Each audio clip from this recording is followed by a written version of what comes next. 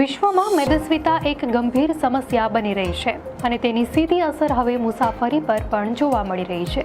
અમેરિકાની પ્રમુખ budget airlines south waste એરલાઇન્સે એક નવી અને વિવાદાસ્પદ નીતિ જાહેર કરી છે. આ નવી પોલિસી અનુસાર વધારે વજન ધરાવતા મુસાફરોને હવે વિમાનમાં એક વધારાની સીટ બુક કરાવવી પડશે.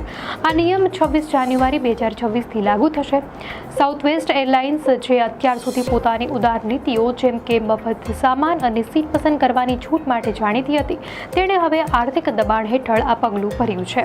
નવી નીતિ મુજબ જો મુસાફરે 2 ટિકિટ ખરીદી હોય અને ફ્લાઇટમાં ખાલી સીટ ઉપલબ્ધ હોય તો વધારાની ટિકિટના પૈસા પાછા મળી શકશે.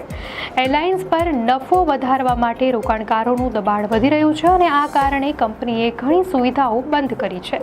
2024માં લેગ રૂમ માટે પણ વધારાનો ચાર્જ લેવાનું શરૂ કરવામાં આવ્યું હતું. આ તમામ પગલાં એરલાઇનની આવક વધારવા માટે લેવામાં આવ્યા છે, પરંતુ તેનાથી મુસાફરોને સીધી અસર થઈ રહી છે. આ નીતિ મેદસ્વી લોકો માટે એક મોટી સમસ્યા ઊભી કરી શકે છે અને આ અંગે સમાજમાં નવી ચર્ચાઓ શરૂ થઈ શકે છે. દર્શક મિત્રો, દુનિયાની આવી જ નવી અપડેટ્સ માટે તલોક સત્તા ચેનલને સબસ્ક્રાઇબ કરો.